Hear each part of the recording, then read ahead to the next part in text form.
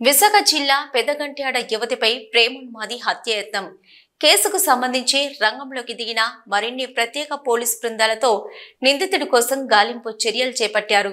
నిందితుడు నీరజ్కు సంబంధించి కీలక ఆధారాలు లభించాయి. 4 బృందాలు సైంటిఫిక్ ఎవిడెన్స్ కలెక్ట్ చేస్తున్నాయి. త్వరలోనే నిందితుడిని పట్టుకుంటామంటున్నారు. విశాఖ నగర పోలీసు కమిషనర్ శంకుభద్ర బాక్షితో మా విశాఖ ప్రతినిధి Eshwar Reddy face to face. రాష్ట్రంలోని మహిళలపై హత్యాయత్నం జరుగుతుందని తరచూ వింటున్నాం.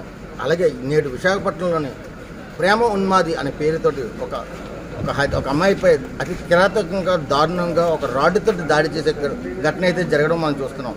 దానికోసం నిత్యం పోలీసులు అయితే నిందితుల కోసం ఏదైతే గాలింపు చర్య చేస్తాం, దానికోసం లోతైన విచారణ కోసం అయితే మన నగర కమిషనర్ అయిన శంకుభద్ర బక్షి గారు ఉన్నారు. ఆయన సార్ చెప్పండి సార్.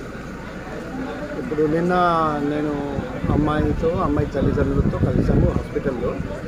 అమ్మాయి బాగానే ఉన్నారండి. త్వరలో అమ్మాయిని డిశ్చార్జ్ చేస్తారండి. అబ్బాయి కోసం మేము గాలిస్తున్నాం. చాలా క్లూస్ కూడా లభించాయి. త్వరలో పట్టుకుంటామని ఆశిస్తున్నాం. అప్పటి వరకు అమ్మాయి ఫ్యామిలీకి కూడా మేము భద్రత కల్పిస్తాం. సార్, ఏదైతే నిందితుడు కూడా స్పోర్ట్స్ మ్యాన్ అని చెప్పి విన్నాం. ఆయన పరిగెడుతున్న సీసీ ఫోటోలు అయితే ఉన్నాయి. అది ఏంటి సార్, నిజమా? అది సిసిటివి చూస్తే తెలుస్తుంది. అబ్బాయి స్పోర్ట్స్ మ్యాన్ లాగానే ఉన్నాడు. అందుకే మా హోంగార్డ్ వెంటాడి కూడా పట్టుకోలేకపోయాడండి. సో కానీ ఎక్కడ షెల్టర్ తీసుకున్నా మేము పోయి పట్టుకుంటాం. అందులో సందేహం ఏమీ లేదు, అనుమానం లేదు. సార్, ఎందుకు ఈ వ్యక్తి ఎవరైతే ఈ వ్యక్తి నిందితున్నాడో ఇక్కడ విశాఖ వాసులు లేకపోతే వేరే రాష్ట్రం?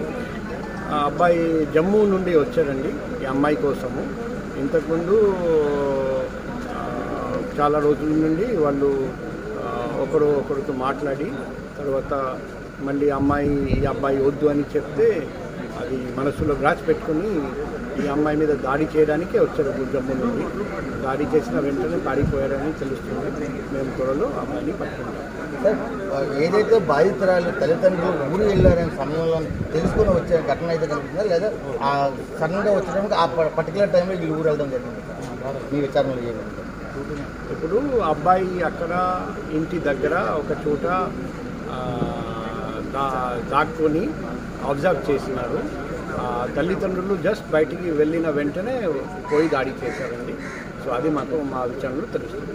ఏదైతే నిందితుల తల్లిదండ్రులు కూడా వచ్చి కాంప్రమైజ్ అయినట్టుగా ఏదో భరోసా ఇస్తున్నారు, కొన్ని వ్యాఖ్యలు అయితే ఆరోపణలు అవుతున్నాయి. అవి వాస్తవాలా నిజాలు?